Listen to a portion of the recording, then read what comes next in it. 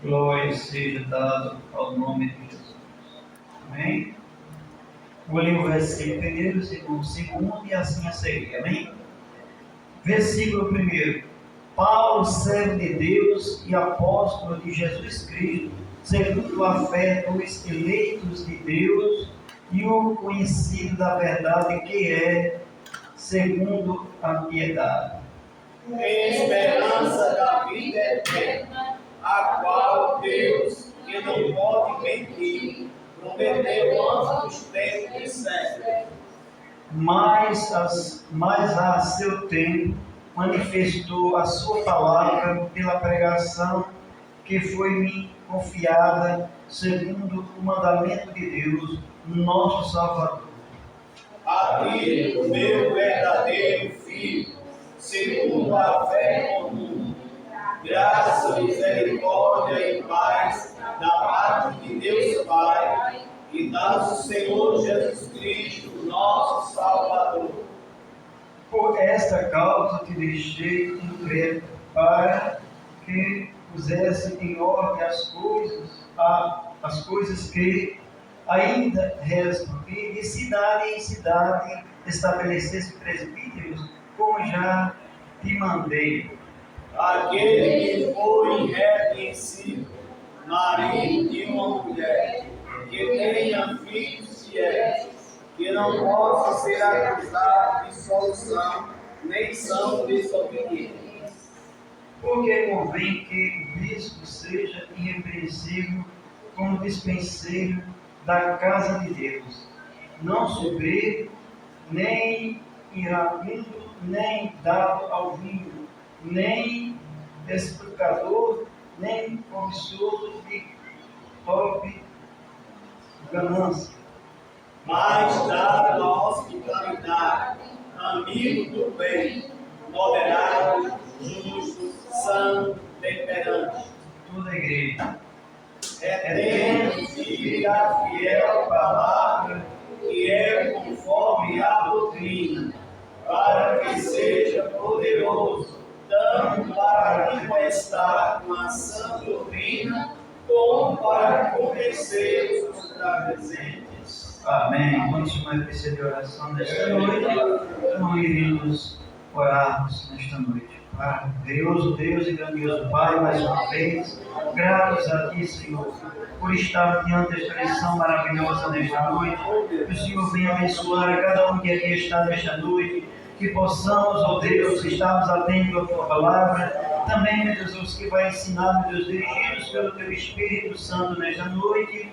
E mais uma vez, Senhor, nós te agradecemos nesta noite, em nome de Jesus. E amém. Pode sentar, e já também, já iremos orarmos pelas contribuições na casa do Senhor Jesus. Oremos, maravilhoso Deus e grandioso Pai, nesta noite, Senhor, abençoa os céus que vão contribuir na Tua obra. Também abençoa aos que não podem, meu Deus. Deus, Tu és aquele que está no controle, aquele que é o dono do ouro e da prata.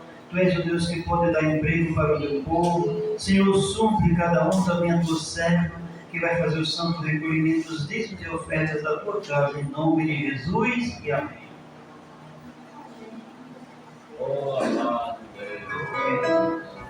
Vamos louvar a Jesus, de número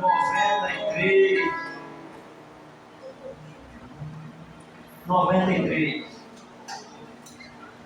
Há trabalho pronto para ti, cristão, que demanda toda a tua devoção.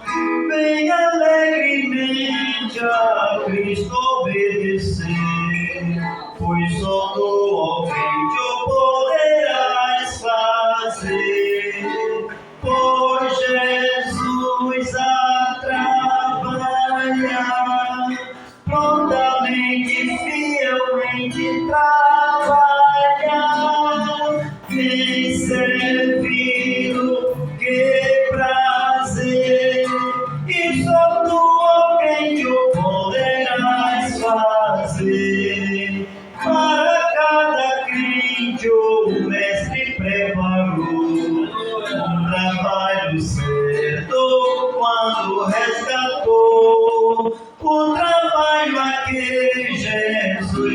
chama aqui. Como será feito se não for por ti? Por Jesus a trabalhar, prontamente, fielmente trabalhar, em servir-o, que prazer! E só tu, ó crente, o poderás fazer. Pode ser humilde, mas se for pra Deus, Ele é contemplado lá dos altos céus, e o esforço feito não será em vão, se tiver em Cristo plena provação. Por Jesus a trabalhar, prontamente, fielmente trabalhar, em servir, que prazer! E só tu, ó Cristo, poderás fazer. Quantos perdidos sem a salvação, quantos que precisam de consolação, como Cristo ama, faz-nos entender, pois só tu, ó crente, o poderás fazer. Por Jesus a trabalhar, prontamente, fielmente trabalhar, em servir-o, que prazer! E só tu, ó crente, o poderás fazer. Aleluia! Louvado e engrandecido seja o nome daquele que vive e reina para todos sempre, né? Então, esta noite Deus possa abençoar este trabalho no nome do Senhor Jesus Cristo, né? E nosso presbítero Daniel ele vai dar continuidade dentro da lição em nome do Senhor Jesus. Aleluia! Glória a Deus. Meus irmãos, eu saúdo a todos com a paz do Senhor, que nos autoriza o nosso irmão Gilberto, dirigente esta noite, estamos dando prosseguimento à escola bíblica nesta noite. E também para os internautas que estão em casa, aqueles que assistem em casa pelo canal do nosso irmão Alex Serafim, sintam-se abençoados, receber o conhecimento da palavra de Deus. Aleluia! E alcançados pela graça do Senhor Jesus nessa noite. Também, graças a Deus, o irmão Alex está de parabéns, hoje está com a família aqui, né? Posso dar o bem-vindo para eles, irmão? Vamos dar o bem-vindo para a família do nosso irmão Alex. Cita o nome para a gente ver, né? Qual é o nome? Sara, Tati e Emily. Amém? Os irmãos estão satisfeitos e alegres com essa família. Dizem, sejam bem-vindos em nome de Jesus. Sejam bem-vindos em nome de Jesus. Amém. A presença de vocês é um prazer muito grande estar aqui nessa escola bíblica. Meus irmãos, eu quero fazer uma dinâmica. Chega cá, irmão Alex, por favor. Vem cá, por favor. Vem cá. Descubra o que é esse papel. Não diga a ninguém, mas para outro descobrir. Meus irmãos, não diga a ninguém o que é. E passe para outro descobrir, viu? Meus irmãos, nós estaremos hoje falando sobre a igreja ter uma natureza organizacional. Nós vamos falar que a igreja é um órgão espiritual, mas também é um órgão organizacional. Ela tem natureza espiritual, mas também tem a natureza, vamos dizer assim, envolvida com a humanidade. O textual, o apóstolo Paulo fala que deixou Tito, o irmão Tito em Creta, para que pusesse boa ordem nas coisas. Meus irmãos, tudo que você for fazer hoje tem que ter ordens, tem que ter organização. Uma casa tem que ter organização, uma empresa tem que ter organização, um carro tem que ter organização, mecânica, manutenção. Tudo nesta vida precisa de organização. E aí o apóstolo Paulo disse assim: olha, Tito, eu deixei você em Creta. Quando falar que Creta, nós vamos saber que Creta é uma ilha do mar Mediterrâneo entre a África e a Europa, no meio do mar ali, que o evangelho chegou lá em Creta. Como era muito distante das grandes civilizações da época, o apóstolo Paulo mandou Tito ficar em Creta para que ele colocasse ordem nas coisas. E aí ele disse: se você, onde tiver uma cidade aí na ilha de Creta, estabeleça presbíteros, ou líderes, ou pastores, para organizar as coisas. Está escrito lá em Tito 1 e 5, que é a leitura, o textual. E aí nós vamos ver nesta lição que tudo que se for fazer tem que ter ordem e decência. Tem que ter ordem, mas essa ordem tem que ser decente também. Não pode ser uma ordem indecente, mas tem que ter uma ordem que tenha decência e prudência dentro da palavra de Deus. A verdade prática, já descobrimos o que é? Está olhando aí, viu? Olha, a verdade prática diz: a igreja é um organismo vivo de natureza espiritual. E ao mesmo tempo, vou baixar um pouquinho, tá?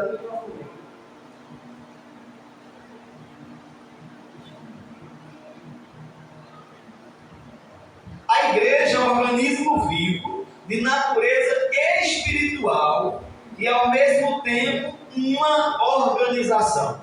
Nós vamos aprender aqui, nesta lição bíblica, que nós precisamos evitar os extremos. Por exemplo, tem aquele que diz assim: olha, a obra é de Deus, Deus vai fazer a obra. Está correto? Está. Mas Deus entregou a obra dele aos homens. Tem que ter esses dois lados. Ele diz: não, a obra é de Deus. A obra é de Deus, mas ele entregou na direção dos homens. Nós vamos aprender aqui durante esta lição que Jesus ele não trabalhava sozinho.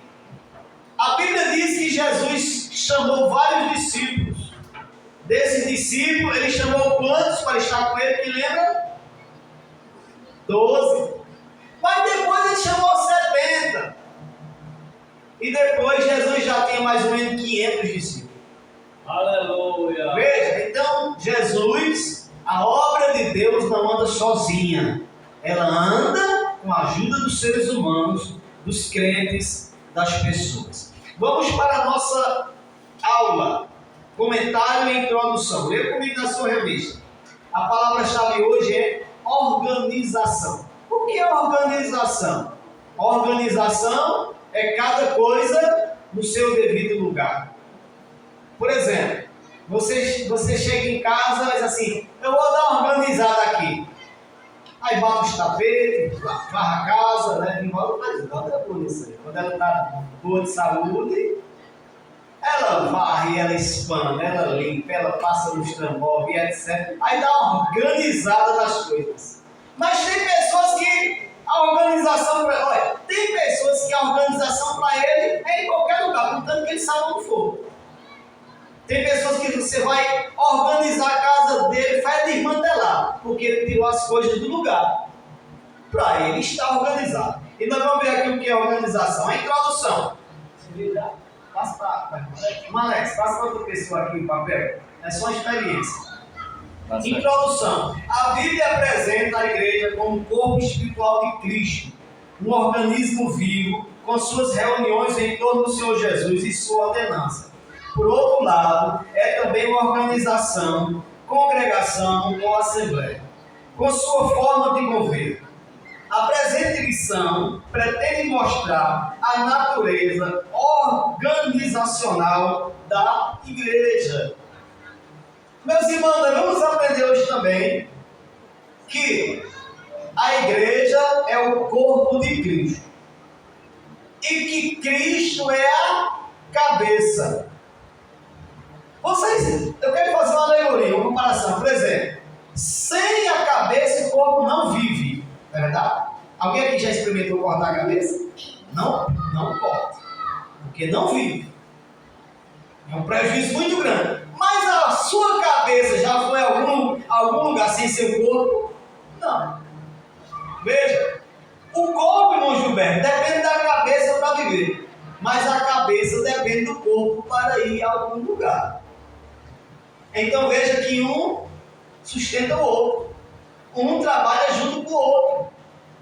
E quando a gente vai ficando de idade, quando passa dos 50, tem coisa que a gente quer fazer e não consegue mais, porque o corpo já não rende o suficiente porque a cabeça quer. Hoje eu me acordei 4h30 da manhã, aí fui lá pro meu terreno e disse assim, eu vou botar essa caçamba de aterro para dentro hoje. Só consegui botar meia caçamba. Mas na minha cabeça eu queria botar a caçamba inteira. Não aguentei mais. Não aguentei. Então veja, o corpo depende da cabeça, mas para que a cabeça se movimente, ela precisa do corpo. Vamos lá. Tito e as igrejas na ilha de Creta. Tito 1. O apóstolo escreveu a Tito estando ele em Nicópolis, na costa oeste da Grécia, ou mais provavelmente a caminho desta região. Pois ele afirma, deliberei invernar ali e não aqui. Como as epístolas a Timóteo e a Tito trazem importantes diretrizes para os pastores em todos os lugares e épocas, Tito é chamado de verdadeiro filho do apóstolo Paulo. A expressão que o apóstolo Paulo também usa para Timóteo está lá em 1 Timóteo capítulo 1 e 2, versículo 2. Tito era grego, como diz Gálatas 2 e 3. Convertido provavelmente em Antioquia. Seu nome não é mencionado em Atos dos Apóstolos, mas aparece 9 vezes em 2 Coríntios, 2 em Gálatas, 1 em 2 Timóteo e na epístola que lhe fora destinada, que traz o seu nome. Foi companheiro do apóstolo Paulo em suas viagens missionárias e ajudou o apóstolo Paulo em Roma e em Nicópolis. Está lá em Tito 3, versículo 2. Então, aqui o primeiro tópico já começa mostrando quem era Tito. Era um grego que se converteu, aceitou a Jesus Cristo como Salvador, se tornou discípulo, seguiu o apóstolo Paulo e aprendeu com ele. Olha, meus irmãos, a gente aprende as coisas com quem a gente anda. Tem um ditado que diz assim, me diz com quem tu anda que eu digo quem tu és. Quando a gente anda com alguém que tem virtudes, a gente aprende virtudes. Quando a gente anda com alguém que não é virtuoso, a gente aprende as desvirtudes. E aqui, meus irmãos, a Tito, ele aprendeu com um dos maiores nomes que possa existir abaixo de Jesus. Olha, abaixo de Jesus, em contexto de ser cristão, de ser crente, de ser pregador, de ser missionário, o nome é Paulo. É Paulo, é um exemplo de tudo nessas questões. E aí Tito cresceu com ele, espiritualmente se converteu, em suas viagens missionárias, ele aprendeu. Meus irmãos, você quer aprender a ser mais crente? Esteja com os crentes. Você quer aprender mais da Bíblia? Esteja na igreja. Eu costumo dizer que o bom crente e o bom obreiro é aquele que participa do estudo de doutrina e de escola bíblica. O bom obreiro é aquele que aprende da palavra. Não que eu não seja contra aos que vêm no domingo, não é importante. O domingo é o dia de você dar o louvor, a pregação, falar de Jesus. Mas os cultos de doutrina, de escola bíblica, é o dia de você receber, aprender, se alimentar. E aí Tito aprendeu com o apóstolo Paulo. Ele sendo grego, ele não era judeu, da linhagem judaica, era da Grécia, dos gregos, e aí ele foi companheiro de Paulo e ficou em Creta. Todo mundo já descobriu qual é o papel? Onde é que o papel está? Já descobriu, irmão? Se descobriu, passa para outro. Vamos para o 2 do 1, o pastor de Creta. Foi constituído pastor da ilha de Creta pelo apóstolo Paulo para colocar em boa ordem as coisas que restam e também para estabelecer presbítero de cidade em cidade. os relatos de Atos omitem este trecho do itinerário de Paulo. Ele passou por Creta durante a sua 4ª viagem da condição de prisioneiro com destino a Roma, num local chamado Bons Portos. Está lá em Atos capítulo 27, versículo 8. Pelo que parece, não foi nessa ocasião que ele deixou Tito em Creta.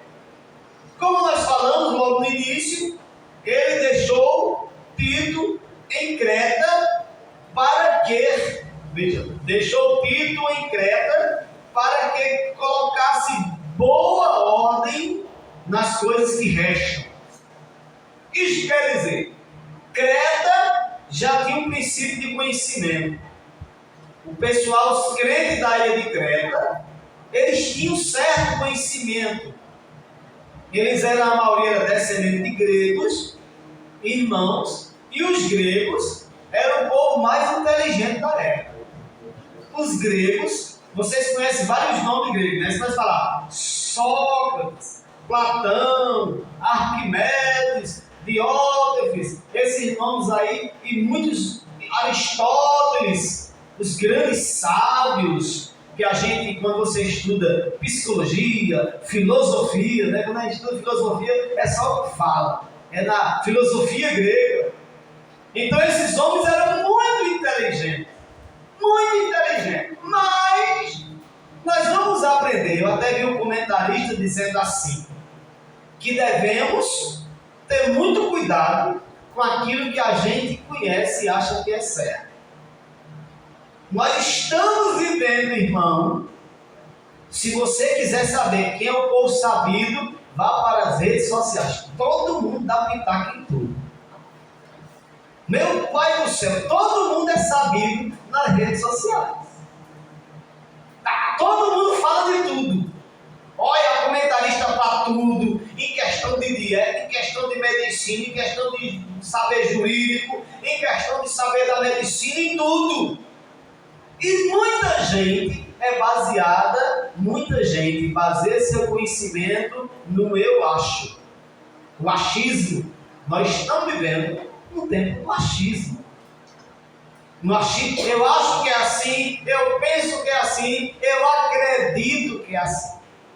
Nós vamos aprender que nós precisamos ter segurança daquilo que a gente diz e daquilo que a gente aprende. Onde é que está o papel? Passa aí para frente. Vamos passar aí para as notas. Veja, então ele deixou Tito em Creta para que colocasse ordem nas coisas que restavam. Meus irmãos, pode haver alguma coisa na minha vida ainda que eu preciso colocar em ordem. Ou não pode?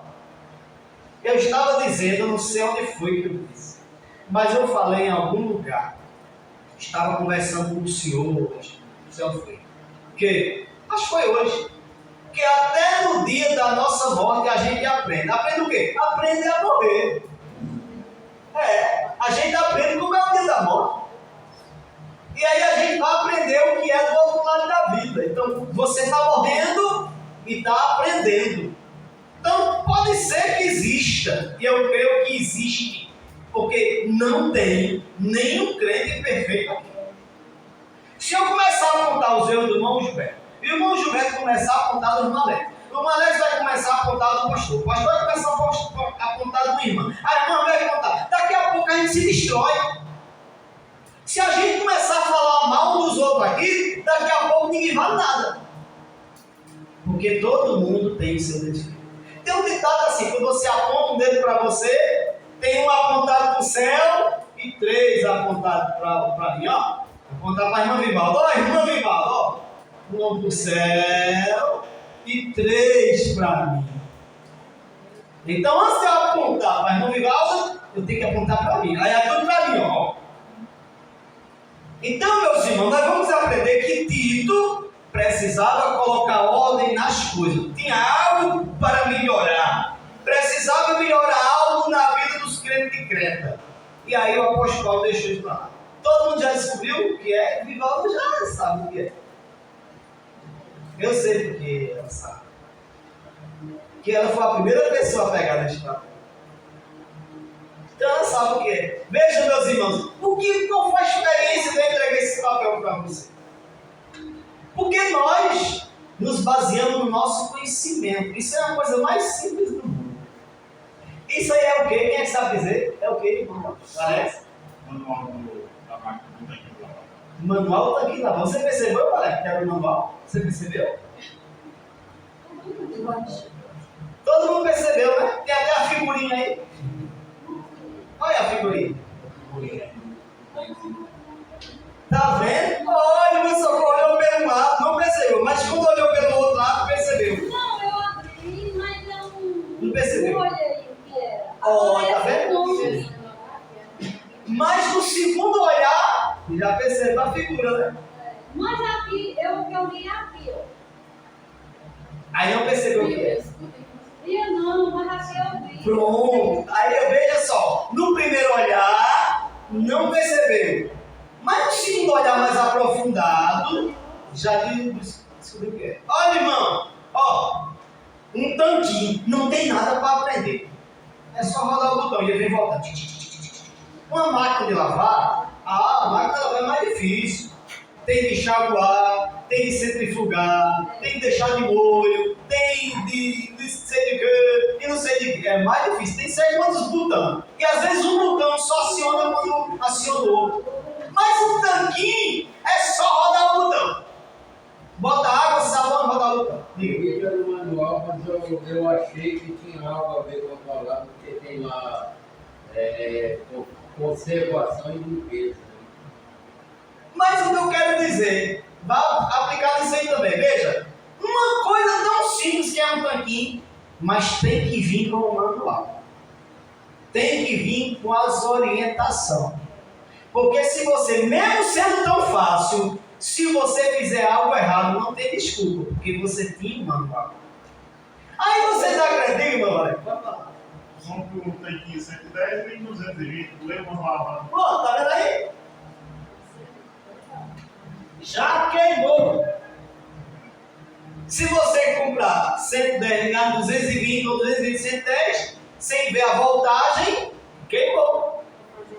E aí, se você fizer, olha, defeito por manuseio é responsabilidade do consumidor. Defeito de fábrica é responsabilidade do produtor, do fabricante. Veja, eu vou dizer para vocês que quando eu cheguei em casa, Vivalda resolveu comprar um tanquinho. Vendendo na máquina, ela achou que o tanquinho era mais fácil, né? A gente às vezes quer as coisas mais fáceis. E aí, ela comprou o tanquinho, eu nem li o manual. Eu olhei e botei lá o que queria tomar. Porque a gente já possuiu várias tanquinhas, é tudo praticamente igual. É só rodar e vir voltar. É tudo a mesma temática, a mesmo estilo. Mas o manual vem junto. Porque é obrigatório ter um manual, as instruções. O que eu quero dizer nesta noite, porque eu fiz essa experiência, cadê meu papel? Eu quero de volta. Guarda aí, meu irmão. Ó, veja, eu quero de volta porque está na garantia. Se der um problema, tem que levar o manual, viu? Até para isso eu preciso do manual. Se for devolver sem manual, eu não aceito. Veja, ó, o que eu quero dizer? Irmãos, vamos parar com esse negócio que eu acho. Leia o manual. Vamos parar desse negócio, eu acho que é assim, porque fulano disse que é assim. A igreja é um órgão vivo de Deus, de Jesus. E quem é o manual da igreja? Quem é que sabe dizer? Todo mundo tem um manual da igreja que é a Bíblia. Aí a gente fica com esse negócio de dizer, eu acho, fulano disse que é assim, mas eu acho que é assim. Pare de achar. Vá para o manual. Leia o manual. E se por acaso no primeiro olhar você consegue ver no seu curso, escolheu um lado, então, a figura está do outro lado, né? Quando ela virou do outro lado, ela viu. Por isso que eu não entreguei dobradinho, que era para vocês darem uma olhada de um lado e olhar do outro. Se no primeiro olhar, na primeira consulta na Bíblia, você não encontrou, continue pesquisando. Continue aprendendo. E aí você vai ver que não é aquilo que a gente acha, é aquilo que está escrito na Bíblia.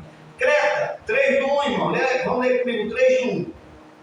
Em 67 anos de Cristo, Roma anexou a ilha de Creta a seu império, unindo-a a Cirene, no norte da África, nos termos da Líbia, como uma só província. A situação espiritual de Creta era desanimadora, porque a igreja estava desorganizada. E o grande descuido no comportamento daqueles crentes é denunciado no capítulo 2. Parece que o relaxamento espiritual era consequência de um desleixo natural, que era característica dos cretenses. Alguém lê para mim aí Tito 1:12. Tito 1:12, procura aí a referência. Tito 1:12. Outro problema ali é que havia judaizantes rebeldes, mercenários e provocadores de decisão. Veja, meus irmãos, alguém aqui já ouviu falar da ilha de Alcatraz? Ou alguém aqui já ouviu falar aquela ilha que tem aqui perto do Recife, que o pessoal coloca, que antigamente era uma prisão? Como era o nome mesmo? Itamaracá. A ilha de Itamaracá. Era semelhante, Creta era semelhante à ilha de Itamaracá e à ilha de Alcatraz. Era onde colocavam os presos, exilavam as pessoas. Como era uma ilha muito distante, no meio do mar, ele pegava os presos e colocava para lá, para trabalhar, ficar isolados.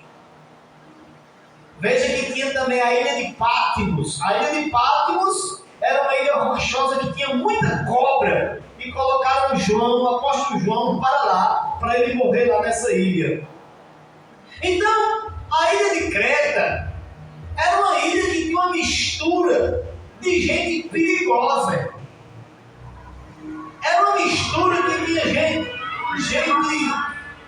gente perigosa, pessoas rebeldes, pessoas revoltadas à sociedade, pessoas criminosas. E tinha duas influências. As duas influências maiores que tinha lá em Creta era a influência grega e a influência africana. Nada contra, humanamente falando, socialmente falando, mas as crenças africanas, a maioria são fora da Bíblia Sagrada. E as crenças gregas, a maioria, ou quase todas elas, são fora das Escrituras Sagradas. E é difícil, irmão, é difícil a gente pregar a palavra para as pessoas que têm essas crenças diferentes. Pessoas que são apegadas aos ritualísticos, essas crenças aprofundadas, de santo tal, não sei o quê, de idolatria. É complicado, é muito complicado. E se é complicado nesta época de tanto conhecimento, imagina naquela época que não tinha tanto conhecimento para ser mostrado. Então, Creta era uma ilha complicada para administrar, complicada. Alguém aqui já evangelizou numa cadeia? Quantos aqui já evangelizaram em cadeia? Eu já evangelizei muito. Meus irmãos, lá em Tuparetama, a gente fazia todo domingo. Meus irmãos, e a gente ia pregar com umas pessoas que só olhar para a cara dele dava medo. O camarada parece que queria matar você só com os olhos. Imagina o camarada lá, matador, pistolista, estuprador, não sei o que, e não sei o que, e você falar de amor para ele. Complicado. É muito complicado. Então veja, este povo complicado que havia em Creta foi que o apóstolo Paulo deixou Tito para Tito tomar de conta e colocar ordem. Meus irmãos, você colocar ordem em crente que é humilde, você colocar em ordem em crente que se obedece pela Bíblia, crente que se rege pela Bíblia, é fácil.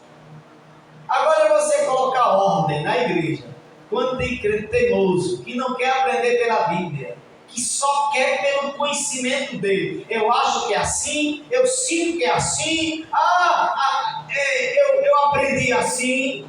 Não, tem que ser pela palavra de Deus. O apóstolo Paulo deixou o Tito lá para colocar ordem pela doutrina das Escrituras Sagradas. Vamos para o tópico 2.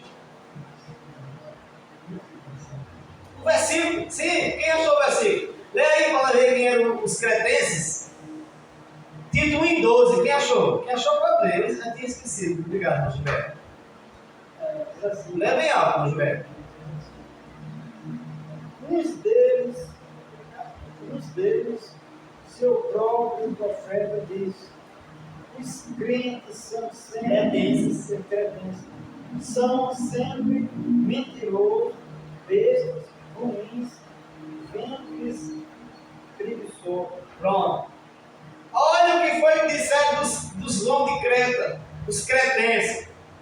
Os cretenses são sempre mentirosos. Gostavam de uma anedota, de uma conversinha, história de carochinha. Gostavam demais de mentira. São bestas ruins, olha, são bestas ruins. O que era bestas ruins? Feras cruéis. Feras ruins, eram as feras de ruim. E são ventres preguiçosos. Só pensavam em comer e dormir. Agora imagina, o crente preguiçoso, mentiroso e ruim. Meu pai, isso é complicado. Imagina se nós fossemos assim, graças a Deus somos assim, né? Aqui nós somos muito preguiçosos, nós não somos, graças a Deus, muito ruins e nem somos mentirosos. Então, veja, era complicado. Era esse o tipo de gente que Tito teria que enfrentar na administração da igreja lá em Creta.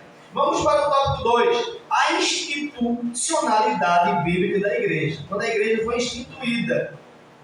O 1 do 2 diz assim: a instrução paulina. A organização eclesiástica que o apóstolo Paulo instrui Tito não se restringe a uma estruturação ministerial. Estabelecer presbítero de cidade em cidade, instruir os líderes durante a sua carreira apostólica. O apóstolo Paulo já vinha fazendo. O Novo Testamento revela a origem e o desenvolvimento deste governo. O apóstolo Paulo menciona os bispos e diáconos. O contexto da epístola dá a entender que o relaxo e o descuido em que estavam as comunidades cristãs da ilha de Creta era reflexo da cultura da região. Isto está além de um problema meramente ministerial. Então veja só, a instrução do apóstolo Paulo era que Tito tivesse cuidado com a influência da cultura da região. Vocês sabem que toda região tem a sua cultura. Eu fiz um curso, o nome do curso, o Rivaldo fez também, era CCM. E esse curso ministrado pelo missionário é curso de capacitação missiológica. E uma das matérias é missão transcultural. Você ter cuidado para a cultura para onde você vai. Toda região tem uma cultura. Por exemplo, aqui tem a cultura da região de São Sebastião, né? É a cultura da cidade. Aí tem outra que é outro, tem outro que é outro. Aqui não tem, por exemplo, no tempo do carnaval aqui não tem nada, né? Aqui é calmo, carnaval. Mas tem cidade que a cultura é o carnaval. Eu me lembro quando eu era menino, eu tinha muito medo que eram os papambu. Vestia aqueles povo com as rouponas e com as máscaras e saía na rua fazendo medo, correndo. Era a cultura. Aí lá no Recife é os bonecos gigantes, né? Boneco gigante. E o frevo, lá em Salvador, é o trio elétrico e o povo pulando no meio da rua. São as culturas. Mas no Brasil é tudo parecido as culturas. Mas se você partir para a África, é uma cultura. Se partir para a Europa, é outra cultura. E aí, meus irmãos, deixa eu dizer para vocês, eu não sei se alguém aqui, um dia, pode sair para um campo missionário. O pastor José Maria era de Buí e veio para cá. Né? Há 25 anos atrás, quase 30, né, pastor? 30 anos atrás, ele veio para cá e está aqui. De repente, vocês vão ter um chamado assim e vocês for para uma região. Se vocês forem, aprendam a cultura para onde você vai. Ou até mesmo se vocês se mudar de cidade. Eu estou aqui, eita rapaz, eu vou trabalhar ali lá para de Araripina. Se informa como é a cultura da acolá. Ali é muito perigoso para acolá, viu? ali o cara tem que ser menos homem do que os outros. Se o cara falar grosso, o cara pode.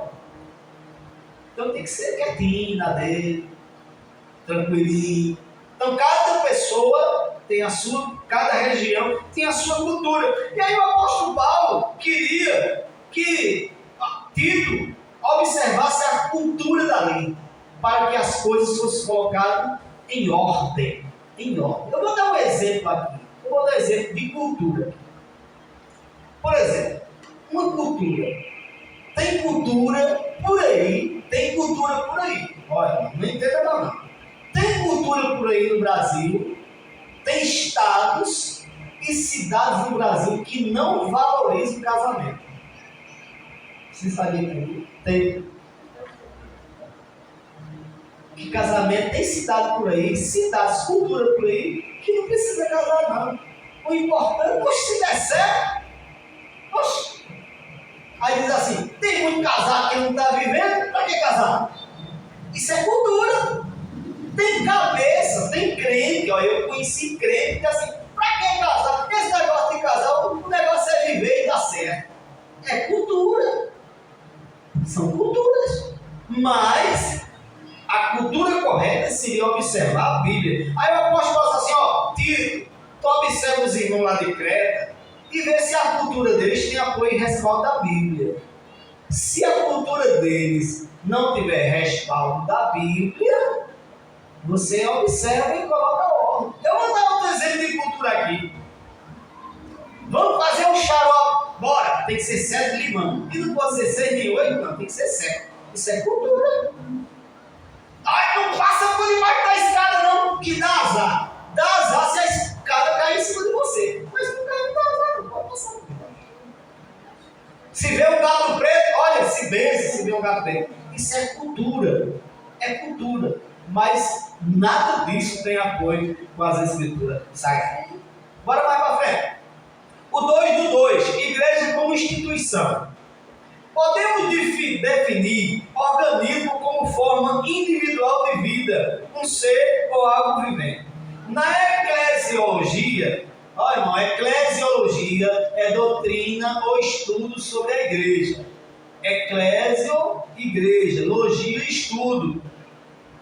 O ensino ou estudo sobre a igreja significa ser a igreja um organismo que é um corpo espiritual e vivo, cuja espiritualidade é gerada pelo Espírito Santo. Ela é uma instituição divina que vê a existência pelo poder de Deus, mas o nosso enfoque é a igreja como organização. Quando se fala em institucionalizar, dar caráter institucional ou se tornar institucional, significa estabelecer organização. Na igreja isso foi acontecendo com o tempo desde os dias apostólicos. O apóstolo tinha em mente uma organização da igreja. Olha, irmão, eu vou dar um exemplo de organização. Vocês sabiam que a igreja tem CNPJ? Não? A nossa igreja tem CNPJ. Lá o Recife, a sede do Recife, ela tem o CNPJ. Por exemplo, aqui todo mundo tem CPF? Acho que quase todo mundo. Até criança hoje pode, já tem. Ó, tá vendo? Sara já tem CPF. Isso é organização. Mostra, olha, se ela tem CPF, ela tem registro de nascimento. Já tem RG também? Não, ainda não. Mas já tem, ó. Nascimento e CPF. É uma pessoa que está cadastrada no sistema. Está organizado. Então, a igreja tem CNPJ. O que é CNPJ?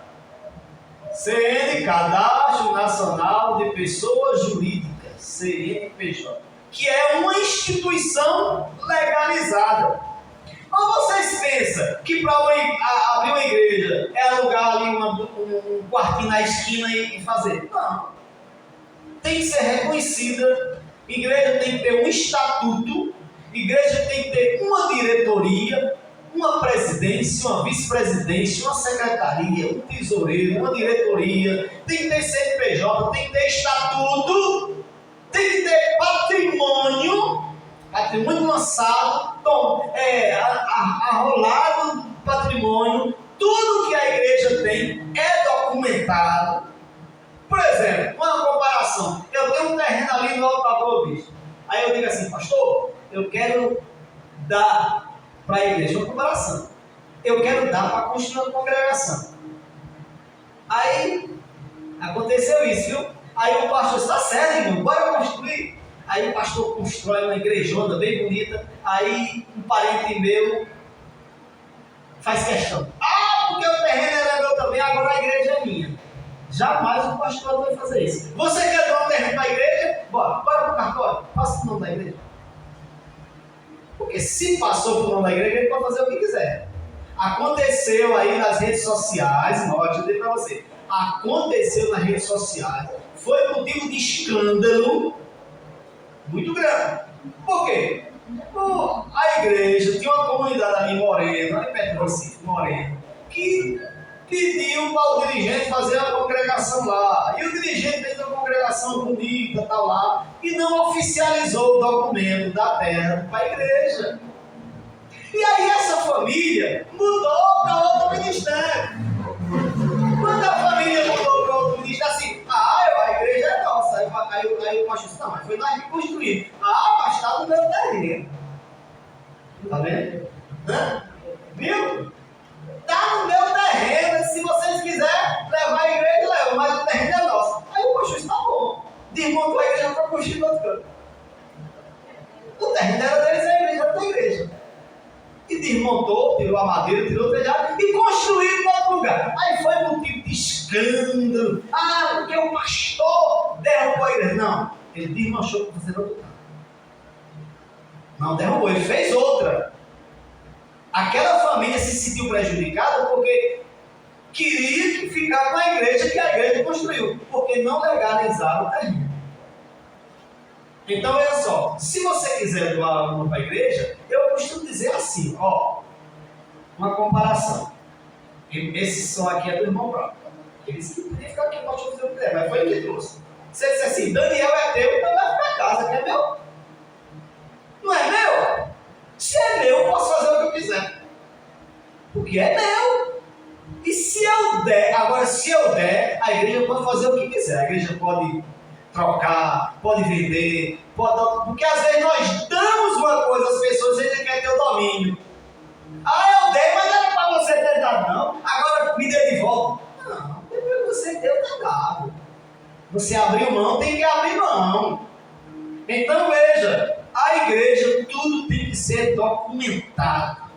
A ofertinha que você dá, 2 irmãos contam, nota aqui no talão, 4 pessoas assinam com testemunha que entrou aquele valor, aquele talão vai para São José do Egito, confere o valor se foi aquele mesmo, aí aquele talão vai para o Recife, para o contador, lá no Recife, e depois o Tribunal de Contas, se fizer uma auditoria, não, entrou tanto, saiu tanto, daqui, tudo. Porque é uma organização. Existe, é uma igreja organizada, tem CNPJ, a igreja tem engenheiro, a igreja tem contador, a igreja tem tudo, porque é uma organização. Aí tem pessoas que dizem assim, olha, sem sair do contexto, falando de organização, Deus não precisa de dinheiro, verdade, Deus não precisa de dinheiro, mas a igreja dele precisa. Já pensou, irmão? Já pensou se não tivesse dinheiro para pagar energia? Já pensou se não tivesse dinheiro para comprar água? Já pensou se não tivesse dinheiro para comprar os bancos? Deus não se senta no banco, Deus não precisa de energia, Deus não bebe água. Só que nós fazemos tudo isso. Como organização, nós precisamos de tudo isso. Amém? Vamos mais para frente agora. Qual é que nós estamos agora? 3:2, né? Organização. Temos no Novo Testamento alguns lampejos que nos mostram que aqueles irmãos se organizaram. Segue alguns exemplos a favor da organização eclesiástica. Havia local, oraram e ordem do culto. 1 Coríntios 14 fala sobre isso. Reunião de ministério para consagração de presbíteros. Segundo o contexto da época de uma igreja emergente, foi realizado um concílio que nós diríamos uma convenção para tratar de assunto doutrinário. Igreja dispõe de serviços sociais para atender as famílias economicamente fragilizadas. Os capítulos 8 e 9 de 2 Coríntios tratam de assuntos. Havia na igreja de Corinto o que hoje chamaríamos de comissão de ética e também tesouraria. A carta de recomendação era mais como um documento, um recurso para garantir a origem e identidade das pessoas. Veja, meus irmãos, tudo que a igreja faz hoje, vou trazer um exemplo da nossa. Tudo que a igreja Assembleia de Deus faz hoje, os cristãos de 2000 anos atrás faziam. O que eu acho bonito na Assembleia de Deus é que a doutrina e a organização que começou em 1910, faz 115 anos, ainda continua do mesmo jeito. Isso se chama, nós vamos ver aqui, identidade. Aí, o que é identidade? Você sabia que você tira a identidade? Eu tirei a identidade com meus 18 anos. E quem tirou a minha identidade foi Celestino. Celestino só tirava foto preto e branco. E muito ruim. Era muito ruim. Não era que ele era ruim fotógrafo, era a câmera que era ruim e antiga. E aí, foi passando os anos, eu fui parado numa blitz policial. Aí o policial olhou para a foto assim, olhou para mim e disse: isso é tu meu? Digo: sou eu. Disse: meu filho, renova essa identidade que não está parecendo você não. Me deu um puxão de orelha. Aí eu tive que tirar uma foto colorida, mais atualizada. Olha, irmão, mudou a cor do papel, mudou a foto, mas o número continuou o mesmo. Você sabia que se você tirar uma segunda via de identidade, o número continua o mesmo? Porque é a sua identidade. Então, a igreja tem identidade. Muda o pastor, mas a identidade continua o mesmo. Muda de endereço, mas a identidade da Bíblia continua a mesma. Mudou a presidência, mas a identidade da palavra tem que continuar a mesma, porque é a identidade da igreja. E aqui eu achei interessante o autor colocar que há 2000 anos atrás a igreja tinha local, eles tinham tempo para congregar, tinha horário para começar e terminar o culto. Esse negócio que não tem horário para começar, mas não tem horário para terminar, eu não sou muito fã disso, não. É falta de organização, diga. RG você pode ter mais de um, né? Como? Você pode ter um RG em cada estado. Pode? Por exemplo, eu tenho um RG de São Paulo e de Minas. Você pode tirar um em cada estado. É resistir geral, né? Por exemplo, se você for pego com 2, se eu quiser tirar um RG do Pernambuco, eu posso. mais um número meu? O número quanto no meu? Rapaz, eu vou pesquisar isso aí.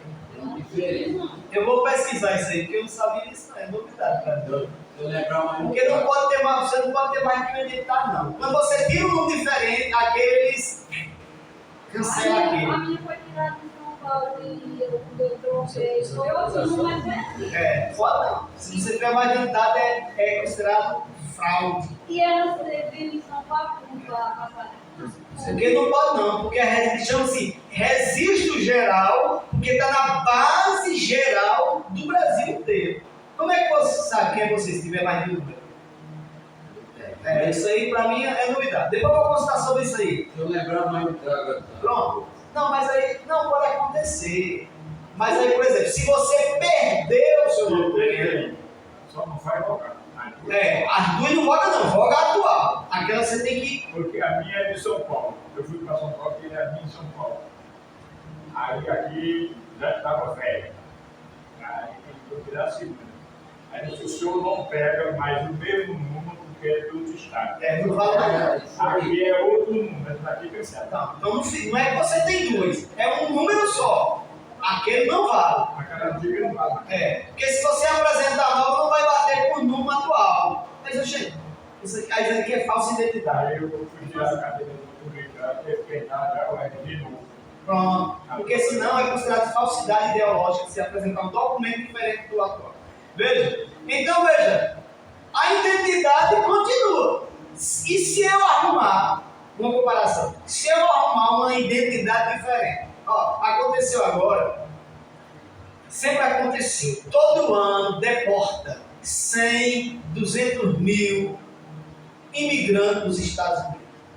Esse ano vai passar de 1 milhão. Por que deporta o imigrante assim? Rapaz, a pessoa já tem família lá e deportar porque entrou com um documento falso. Entrar com documento falso nos Estados Unidos é considerado crime. Você pega no Brasil com um documento falso, por exemplo, eu pego a foto de outra pessoa e colo na minha identidade para passar para outra pessoa. Aí vai ser documento falso. É crime. Pode ser preso de 2 a 4 anos. Então, crime. Então, a falsa identidade, a igreja não pode ter uma falsa identidade. Nós temos que viver aquilo que está escrito na palavra de Deus. Vamos para o 3 para nós encerrar. A ideia é um pouquinho grande. Questão atual. Vamos ver como é que está na questão atual agora. Organismo e organização. A ideia é de que a igreja deve se restringir a um local onde as pessoas se reúnem para adorar a Deus, estudar a palavra, pregar o evangelho, orar e celebrar as ordenanças eclesiásticas. O que alguns ainda não entenderam é que essas atividades espirituais exigem uma organização. A nossa atitude é mostrar que a Bíblia nos apresenta a igreja como um organismo e ao mesmo tempo uma organização. Mas nunca devemos nos esquecer que somos cidadãos de 2 pátrias, a terrestre e a celestial. Isso significa responsabilidade com a autoridade civil constituída, como também com as autoridades eclesiásticas. O ensino de Jesus é: dai, pois, a César o que é de César, e a Deus o que é de Deus. A organização da igreja vai além de uma necessidade natural, é também uma exigência do Estado. Veja, meus irmãos, eu espero nunca me sentir assim. Mas tem pessoas que sentem que não há necessidade de igreja. Eu já vi pessoas dizer, esse negócio de igreja é besteira. A gente pode ser crente em casa mesmo. É antibíblico. Vamos para o manual. Vamos para o manual.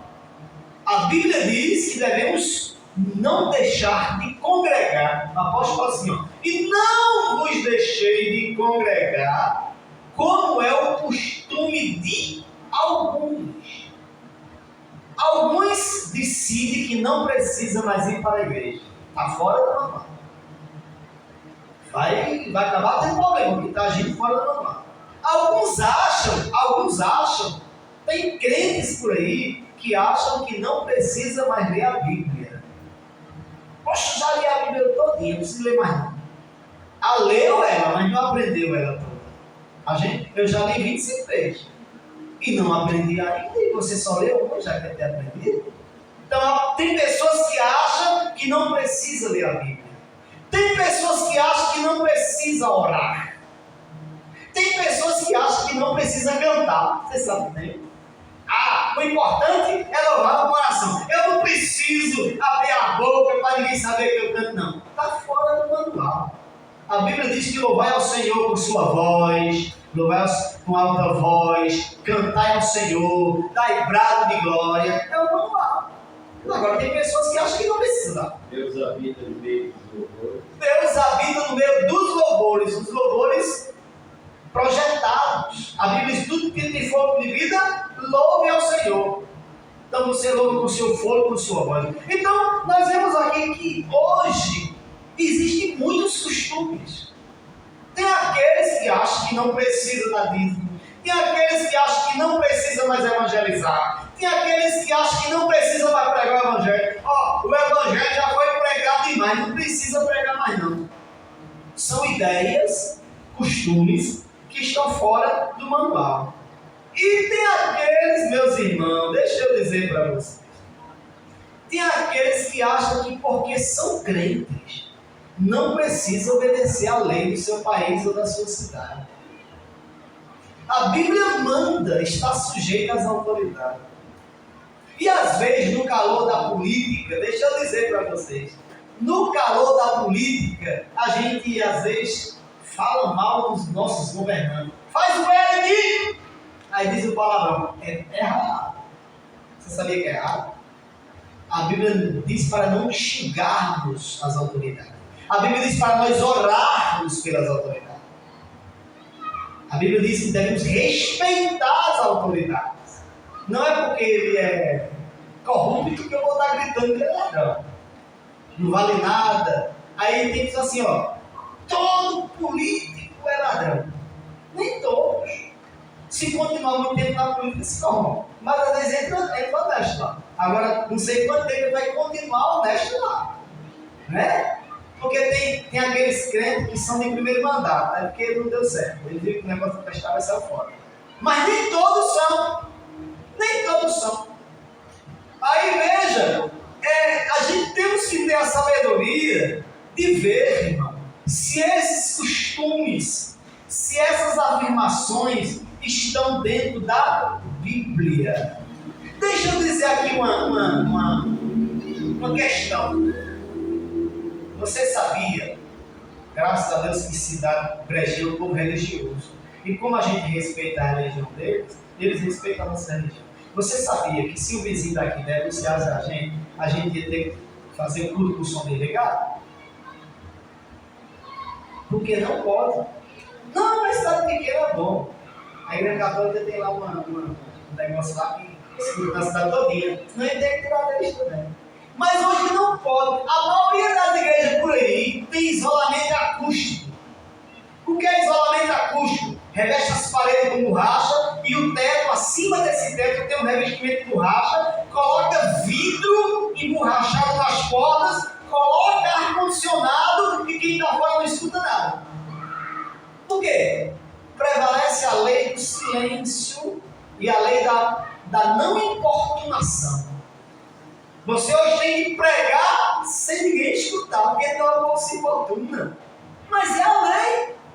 Você sabe que aqui não, mas em cidade que tem um ministério público, o ministério, eu já vi casos do nosso ministério aqui, nosso ministério de Recife, ali pro lado de Recife, que o Ministério Público mandou lacrar a igreja. A polícia foi lá e colocou um lacre na porta assim, ó. Só funciona quando legalizar. Porque os vizinhos estavam achando que estavam fazendo barulho. Aí o pastor teve que isolar, teve que botar a porta vedada, botar ar-condicionado, porque senão não aguenta o calor, né? Se emborrachar isso aqui, quem quer ver o calor? Já é quente, com porta aberta. Aí pronto, quando legalizou tudo certinho, aí o fiscal da prefeitura foi lá, aí assim, tá tudo em ordem, agora pode voltar o escudo novamente. E aí, deixa eu perguntar, pela Bíblia, nós temos que se adaptar ou vamos orar para Deus matar o povo e julgar o povo? Não, nós temos que se adaptar a lei. É a lei que é a lei. Olha uma comparação, deixa eu dizer para vocês, ó. Pela lei do silêncio, não pode ter culto depois das 10 horas. A não ser que seja devidamente agendado no município, ou uma tradição, uma lei do município. Senão, a polícia pode vir e prender o som. Imagina, nós estamos fazendo culto aí na praça, passado das 10, e a polícia veio e prendeu o som. Ia ficar bonito para nós. Mas é a lei. Então, nós temos que arrumar maneiras de pregar o evangelho, de evangelizar as pessoas sem descumprir a lei. É a verdade. Interessante. Eu vou aí faço a da Quem disse, Rival? Não. Mas é legalizado, ela tem um alvará. Cadê o alvará da gente? Tem algum alvará aqui? Não, mas eles têm. Mas cadê o alvará daqui? Aqui é, olha, pela lei, aqui era para ter um alvará. Pela lei, era para ter um extintor de incêndio aqui dos bombeiros. Era para ter tudo isso. Mas não tem.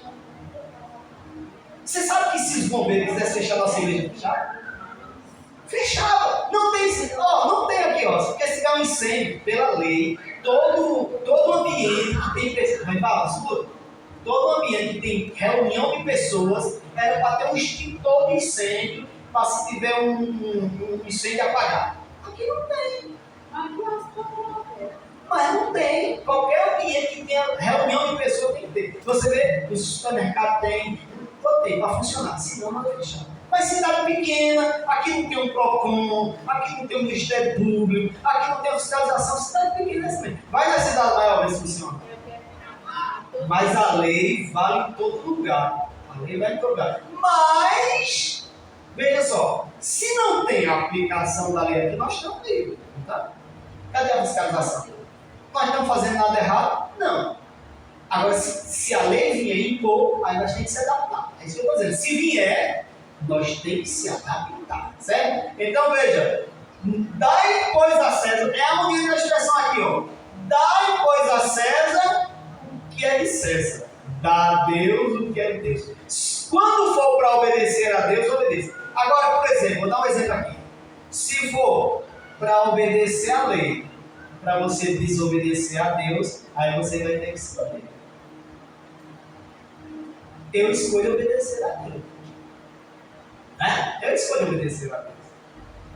Tem coisas que a lei impõe. Vou dar um exemplo aqui. Me fala. Tem igreja por aí, está gravando, mas eu vou falar dentro do contexto da lei.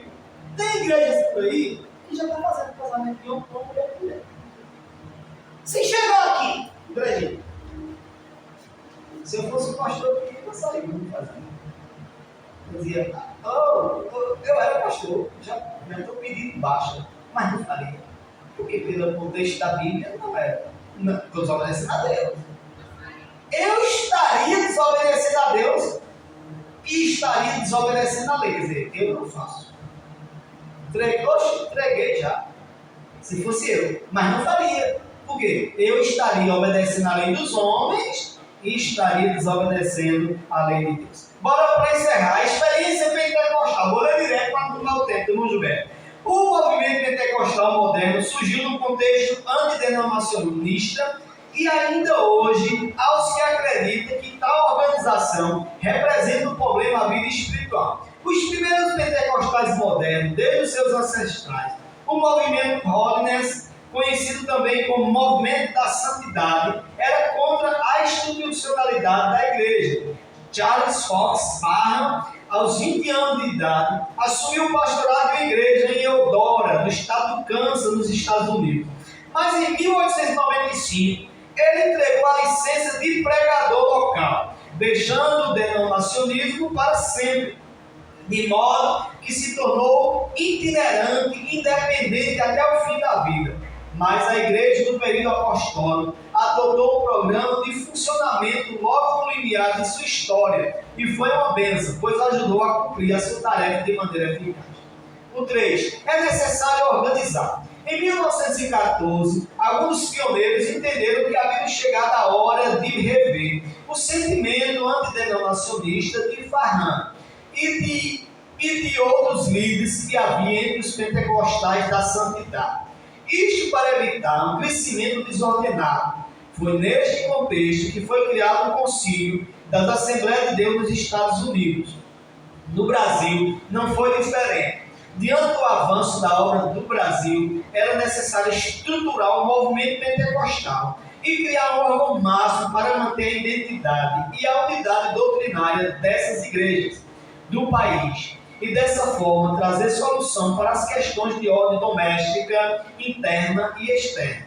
Foi com base nesses ideais que os primeiros brasileiros e suecos criaram a Convenção Geral das Assembleias de Deus em setembro de 1930. Veja, organização. A nossa igreja tem templo, a nossa igreja tem doutrina, a nossa igreja tem pastor-presidente, a nossa igreja tem vice-presidente, mesa diretora, o ministério que é composto por os pastores evangelistas que decidem na convenção. Existem os presbíteros, tipo, pastor Zé Maria é um presbítero com ação pastoral. Um presbítero com dirigente de igreja é um pastor. Eu sou um presbítero, mas não sou dirigente de igreja, então eu não sou pastor. Mas o presbítero Zé Maria, como ele é o dirigente da igreja, ele está na função de um pastor. Aí tem o pastor, tem o presbítero, tem o diácono e tem os auxiliares. Isso é organização. Aí tem pessoas assim, esse negócio de pastor, todo lugar que você vá tem que ter liderança. Uma casa que o pai e a mãe não mandam, os filhos fazem o que quer.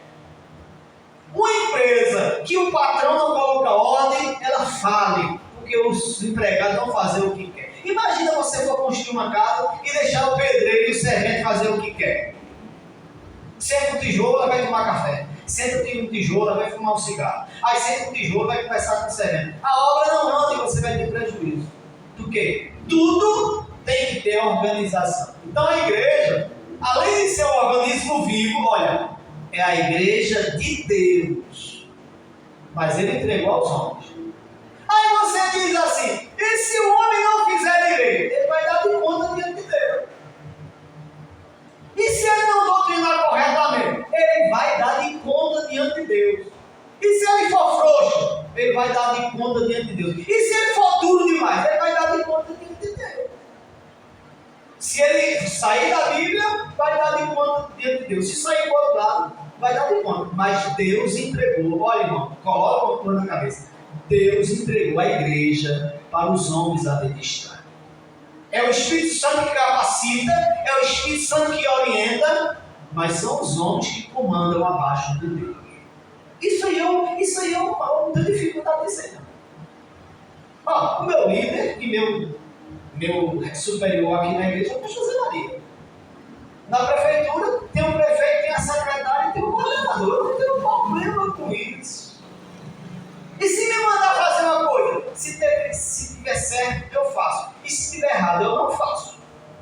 Eu me lembro que um tempo atrás, aí, quando eu morava em outra cidade, eu fui tesoureiro da igreja 10 anos, numa determinada cidade aí.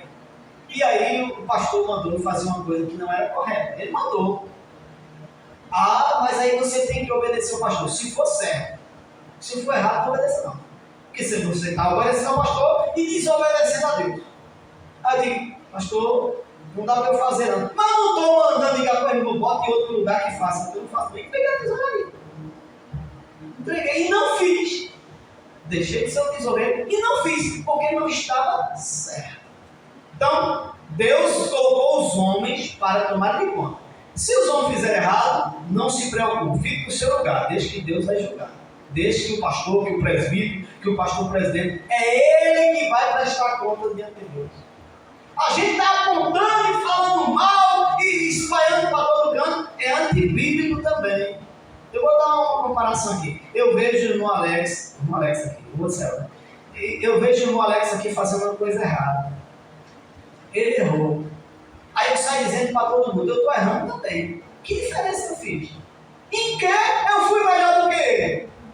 Porque ele errou e eu saí espalhando. É dois pecadores. Os dois precisam de melhorar. Então quando eu vejo o Alex, eu não vi não, viu? Eu não vi. Mas se eu ver o Alex fazer uma coisa errada, eu vou orar por ele. Então eu estou fazendo certo. Aí eu vou orar por ele, Deus vai abençoar ele e ele vai fazer o que é certo. Aí os dois vão estar certos. Em vez dos dois estar errado, os dois estarão certos. Amém? Deus abençoe os irmãos em nome de Jesus.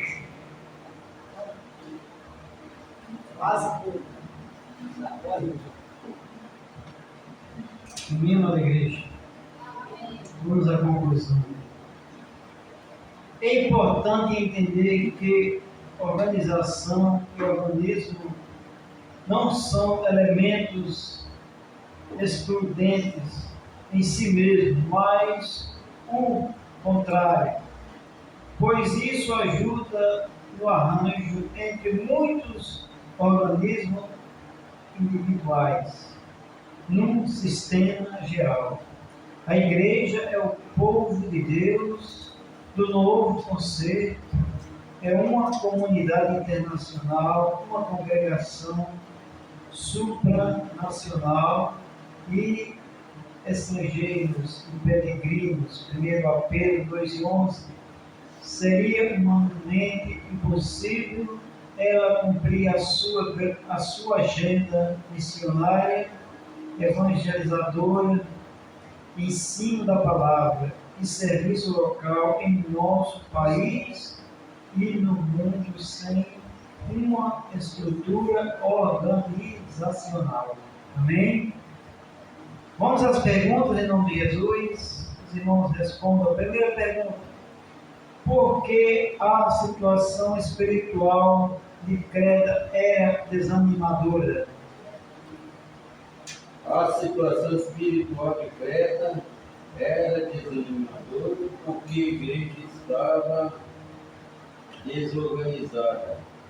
E o grande descuido no comportamento daqueles crentes é denunciado no capítulo 2. Amém. Segunda pergunta: o que dá a entender o texto da epístola de Tito? O texto da epístola de Tito relata o descuido e que estava entre as comunidades cristãs na luta feita e era o reflexo da cultura cristã. Terceira pergunta, em nome de Jesus. Cite 3 exemplos bíblicos em favor da organização eclesiástica. Em 1 Coríntios 14 diz que havia local, horário e ordem de culto. Em Atos 14:23 diz que havia reunião de ministério, consagração de presbítero. Em Atos 15:16 diz que havia um concílio que era como se fosse uma convenção para assuntos doutrinários. Amém. Quarta pergunta: qual a nossa atitude em relação aos que pensam ser a igreja apenas local e culto? A nossa atitude é mostrar que a Bíblia nos apresenta a igreja como um organismo e ao mesmo tempo uma organização. Amém. Quinta e última pergunta: por que o programa de funcionamento adotado pela igreja do período apostólico foi uma bênção? O texto foi a história de todo o programa de funcionamento do bloco e a sua história. Foi uma bênção, pois ajudou a cumprir a sua tarefa. Amém. Convido a igreja para ficar em pé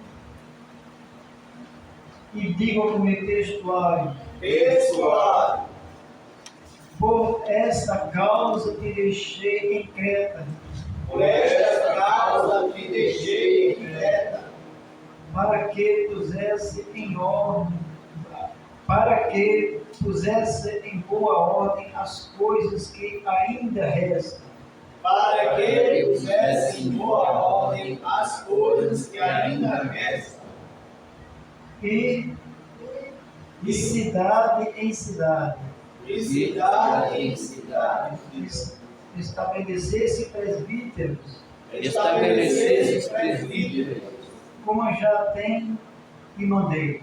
como já te mandei. Tito capítulo 1, versículo 5. Tito capítulo 1, versículo 5. Amém. Mas, irmãos, amanhã nós teremos evangelização.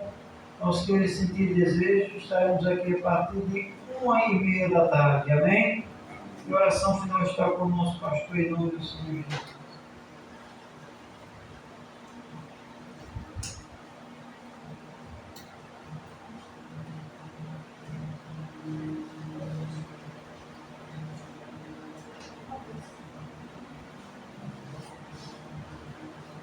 Salve a igreja com a paz do Senhor. Amém. Quando se precisa de oração, Amém. Senhor Pai, agradecido por mais um trabalho nesta noite. Estende as tuas mãos, continua abençoando a cada um dos seus estado.